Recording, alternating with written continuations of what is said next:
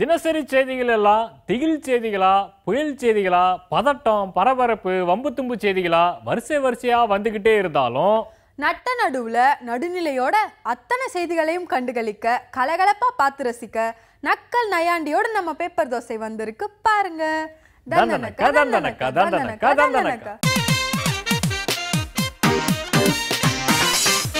தஞ்சை, புதுக்கோட்டை, திருவண்ணாமலையில் புதிய வேளாண் கல்லூரிகள் தமிழக முதல்வர் அறிவிப்பு. அம்மா பெயரில் வேளாண் திட்டம், அம்மா பண்ணை மகளிர் திட்டம், அம்மா தானிய விதைகள் திட்டம். 5 மாவட்டத்தில் இயற்கை கிராமங்கள் சட்டப்பேரவையில் அறிவிப்பு.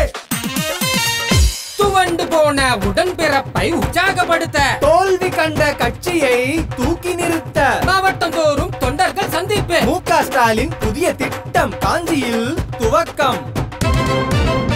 பாதுகாப்பு துறையில் வேண்டாம், பன்னாட்டு முதலீடு வேண்டாம், எதிர்கட்சிகளின் எதிர்ப்பால் மாநிலங்களவை ஒத்திவைப்பு. ஆன்லைன் வணிகம் வந்தது, சிறு வணிகர்களை பாதிக்குது. இணையம் மூலம் வணிகம் இனியும் இங்கே வேண்டாம். வணிகர் சங்கங்களின் பேரவை சென்னையில் உண்ணாவிரதம். குஜராத் மாநில முன்னாள் ஆளுநர் மிசோராமின் இந்நாள் ஆளுநர் கமலா பெனிவால் பதவி நீக்கம் அரசியல் தலையீடு காரணம். காங்கிரஸ் கண்டனம். அரசியல் தலையீடா? No no. மத்திய அரசு மறுப்பு. வானம் பொழியுது, கர்நாடகா மாநிலத்தில் அருவியில் கொட்டுது, ஒகேனக்கல்லில் குதிக்குது, மேட்டூரில் உயருது, அமராவதி அணையில் தண்ணீர் திறப்பு. குறுவை சாகுபடிக்கு தண்ணீர் திறப்பு. முதல்வர் உத்தரவால் விவசாயிகள் மகிழ்ச்சி. பழைய நெல்லுக்கு மானியம் இல்லை. 10 ஆண்டுகளுக்கு பிந்தைய பழைய நெல்லுக்கு மானியம் இல்ல. மத்திய அரசின் உத்தரவால் டெல்டா விவசாயிகள் வருத்தம். வேளாண் மானியத்தில் புதிய சிக்கல். வீடுதோறும் குட்டி குட்டி விஞ்ஞானிகள், புதியன கண்டுபிடிக்கும் விஞ்ஞானிகள். பள்ளிக்கூட மாணவர்களை தேடி பிடித்து வீட்டுக்கொரு விஞ்ஞானி கண்காட்சி. மாணவர் படைப்புகள் காட்சியாக காரைக்குடியில். தகதிமி தகதிமி தகதிமி தகதிமி நடன நாட்டிய நிகழ்ச்சி மூலம் ஊழல் ஒழிப்பு பரப்புரை. குஜராத்தில் பரபர பரப்புரை. உடல் உறுப்பு தானத்தை வலியுறுத்தி விசாகப்பட்டினத்தில் விழிப்புணர்வு. தீவிரவாதத்திற்கு எதிராக இஸ்ரேல் நடத்தும் தாக்குதல் சரியானதே. அமெரிக்க அதிபர் ஒபாமா பேச்சு. உலக நாடுகள் அதிர்ச்சி. அப்பாவி மக்கள் பலியாவதை தடுக்க இஸ்ரேல் பாலஸ்தீனம் முன்வர வேண்டும். ஐநா தலைவர் பான் கி மூன் கோரிக்கை. எபோலா வைரஸை கட்டுப்படுத்த ஆப்பிரிக்க நாடுகள் முயற்சி. லைபீரியாவில் அவசர நிலை பிரகடனம். பாட்டியாவில் நடக்கும் தேசிய சீனியர் தடகள போட்டியில் பங்கேற்க போகும் வீரர்கள் யாரு யாரு? தமிழக அணிக்கு பெயர்கள் அறிவிப்பு. சூப்பரான செய்தி, நம்ம செய்தி. எந்த மாற்றமும் இல்லாமல் திட்டமிட்டபடி ஆகஸ்ட் 25ஆம் தேதி குடிமை பணி தேர்வுகள் நடத்தப்படும் என்று மத்திய அரசு திட்டவட்டமாக அறிவித்துவிட்டதாக தலையை சொரிகிறார் நமது மாநில மொழி செய்தியாளர். சூரிய கட்சியில் மாற்றங்கள் கொண்டு வர வேண்டும். மு.க. ஸ்டாலினை முதல்வர் வேட்பாளராக அறிவிக்க வேண்டும். கனிமொழி, ராசா, தயாநிதி மாறன் ஆகியோர் கட்சியிலிருந்து ஒதுங்கியிருக்க வேண்டும். நில மோசடி, சொத்து குவிப்பு வழக்குகள் இருந்தால் பொறுப்புகள் கூடாது என்று கடிதம் கொடுத்த அமைப்பு செயலாளர் கல்யாண சுந்தரம் இடைநீக்கம் செய்யப்பட்டுள்ளதாக அறிவிப்பு செய்கிறார் நமது பகல் கனவு செய்தியாளர். பழவேற்காடு ஏரியின் எல்லை பிரச்சனையால் தொடரும் தொல்லையை தீர்க்க ஆந்திரா தமிழக மீனவர்களிடையே பேச்சுவார்த்தை நடைபெற்றதாக வலை வீசுகிறார் நமது உள்நாட்டு மீன்பிடிப்பு செய்தியாளர். சென்னை, சேலம் உள்ளிட்ட 5 இடங்களில் புதியதாக 25 சார் பதிவாளர் அலுவலகங்கள் கட்டப்படும் என்றும் தலைநகர் சென்னையில் பல்வேறு வசதிகளோடு ஒருங்கிணைந்த 2 வணிக வளாகங்கள் உருவாக்கப்படும் என்றும் முதல்வர் ஜெயலலிதா 110 விதியின் கீழ் அறிவித்ததாக பேரவை செய்திகளை நேரலையில் நிரப்புகிறார் நமது வெளிநடப்பு இல்லா செய்தியாளர். தமிழகத்தில் உள்ள அனைத்து தபால் நிலையங்களிலும் ஆமணி பேருந்துகளுக்கான டிக்கெட்டை புக் செய்து கொள்ளும் திட்டம் ஆகஸ்ட் 11 முதல் அமலுக்கு வருகிறது என்று அடுத்த ஊருக்கு பயணம் செல்கிறார் நமது அவசரகால செய்தியாளர்.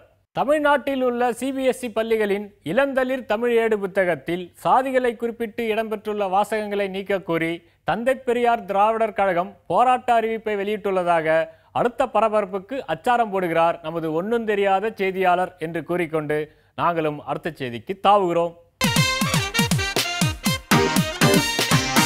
அதாவது இந்த சபையினருக்கு அறிவிக்கிறது என்னன்னா, முன்னாள் நிதி அமைச்சர் ப. சிதம்பரம் அவர்களோட கனவு நனவு எல்லாத்தையும் ஒன்னாக்கி கொண்டு வந்த திட்டமுங்க இது.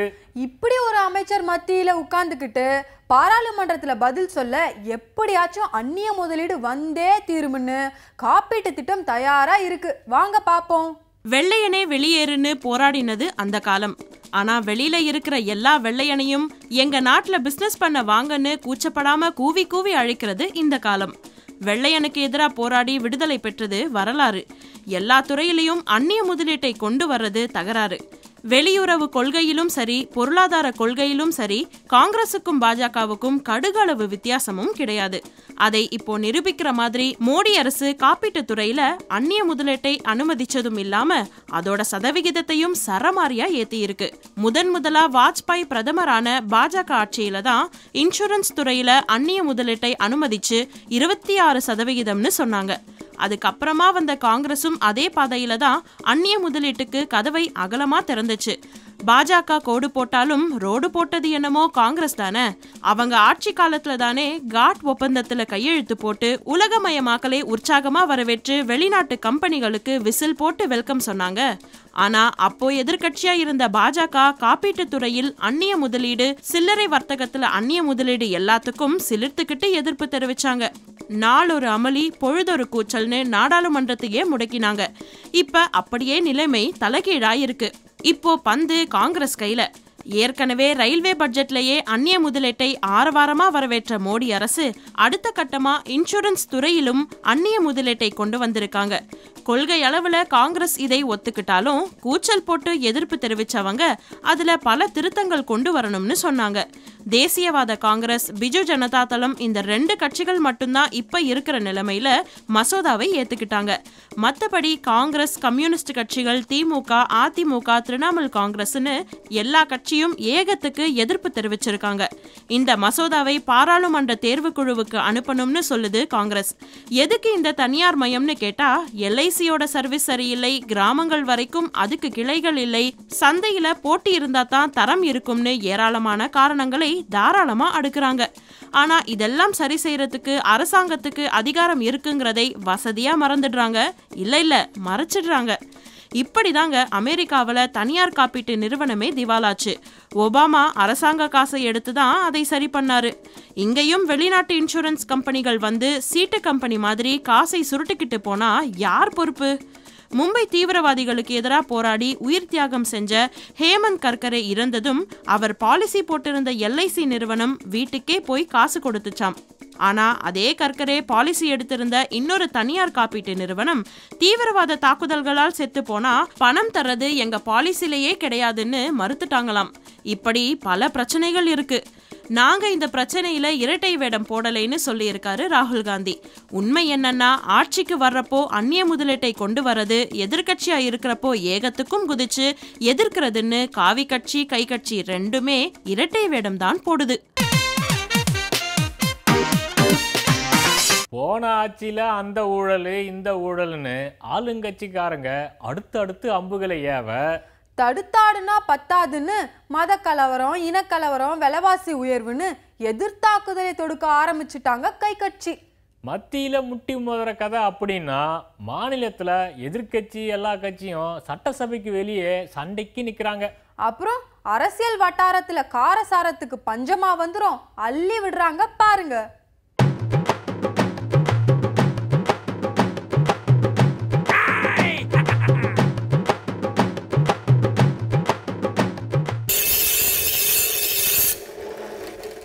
தமிழ்நாட்டிலங்க வறட்சி, குடிநீர் பிரச்சனை, விலைவாசி உயர்வு, எவ்வளவு பாலியல் வன்முறைகள், இதை பற்றிலாம் சட்டமன்றத்தில் பேசலாம் போனால் தடுத்து நிறுத்திடுறாங்க.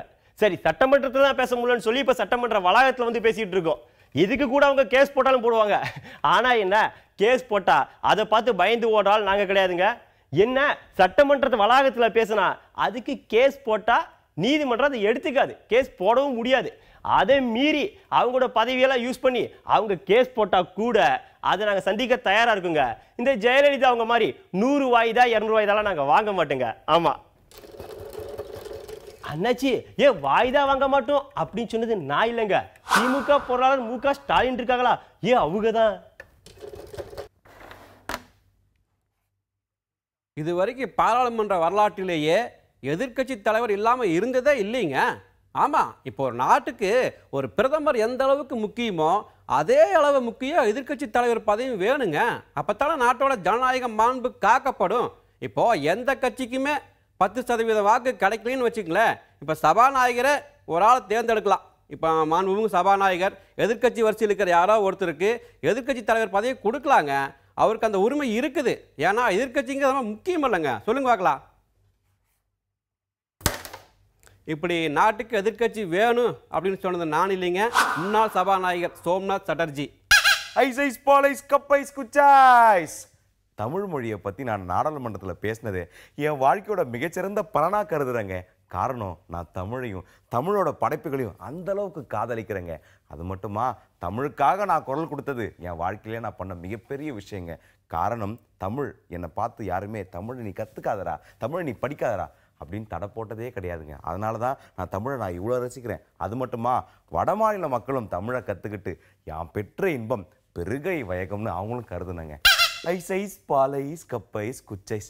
இந்த மாதிரி தமிழ் மொழி போல் இனிதான மொழி எங்கும் காணோம் அப்படின்னு சொன்னது நான் இல்லைங்க, உத்தராகண்ட் எம்பி தருண் விஜய். ஐஸ் பாலைஸ் கப்பைஸ் குச்சைஸ். பூவு பூவு பூவு, முல்லைப்பூ மல்லிப்பூ ஜாதிப்பூ கனகாம்பரம், பூவாங்கலியோ பூவு. அமைச்சர்களை நியமிக்கிறது பிரதமரோட தனிப்பட்ட உரிமை. அதில் யாரும் தலையிடக்கூடாது, தலையிடவும் முடியாது. எனக்கும் அமைச்சராகணும் அப்படின்னு ஆசைலாம் இருக்குங்க. ஆனால் அதை நான் கேட்டு என்றைக்குமே வாங்கிக்க மாட்டேன். ஆனால் அவங்களா மனசு கொடுத்தாங்க அப்படின்னா அதை நான் தட்டி கழிக்க விரும்ப மாட்டேன். அப்படி பதவி கொடுத்தாங்க அப்படின்னா நான் அமைச்சரானதுக்கப்புறம் என்னுடைய கடமையை நான் எப்போவுமே சரியாக செய்வேங்க. பூவு பூவு பூவு, இப்படி எனக்கு பதவி வேணும் வேணாம் அப்படின்னு குழப்பினது யாருன்னு கேட்குறீங்களா? வேற யாரு? பாஜகவை சேர்ந்த Shatrughan Sinha. Balloon balloon balloon. இது வரைக்கும் இந்தியன் சினிமாவில் பார்த்தீங்கன்னா எப்படி இருக்குன்னு பார்த்தீங்கன்னா, இந்த சென்சார் கட், அதாவது இந்த பீப் சவுண்ட், யாராவது இந்த மாதிரி இந்த ஆபாச வார்த்தைகள் கொச்சை வார்த்தைகள்லாம் யூஸ் பண்ணாங்கன்னா அந்த இடத்துல பீப்னு ஒரு சவுண்டை போட்டு அதை பிளாங்க் பண்ணுறோம். அது மட்டும் இல்லாமல் சில ஆபாச காட்சிகள் வந்தால் அந்த இடத்துல பிளர், அதாங்க மங்களா போட்டு அந்த காட்சிகளை மறைச்சிருவோம். இது வரைக்கும் நாங்கள் அப்படி தான் பண்ணிட்டு இருந்தோம். ஆனால் என்ன புண்ணியம், ஆனால் இது என்னதான் இந்த மாதிரி பண்ணாலும் புரிய வேண்டியவங்களுக்கு புரிஞ்சிருதுங்க. அதனால முக்கியமாக ஒரு முடிவு எடுத்துட்டேங்க, இனிமேல் சென்சாரில் அந்த மாதிரிலாம் வந்தால் கட் பண்ணி தூக்கி எரிஞ்சுக்கிட்டே இருப்போம். அது மட்டும் கிடையாது, குழந்தைகள் மற்றும் பெண்களுக்கு எதிரான வன்முறை காட்சிகள் எதுவுமே கிடையாதுங்க. அப்படி இருந்தால் ஒரே கட்டு தான். அப்படி இருந்தால் மட்டும்தான் அவங்களுக்கு யூ சர்டிஃபிகேட், இல்லைனா கிடையாதுங்க. இப்படி சொன்னது நான் இல்லைங்க, இப்படின்னு படத்தெல்லாம் சென்சார் பண்ணுவாரே தணிக்கை குழு அதிகாரி ராகேஷ்குமார், அவருதான். எந்த பக்கம் திரும்பினாலும் ஒரே சத்தம் தான் கேட்குது. பாராளுமன்றத்தில் ஒரு குரல் மட்டும் ஒலிச்சா நாங்கெல்லாம் எப்படி பேசுறதுன்னு எகிரி குதிச்சிருக்காரு கை கட்சியோட குட்டி இளவரசர். அதாங்க இன்றைய கேலி சித்திரம் கார்ட்டூன்.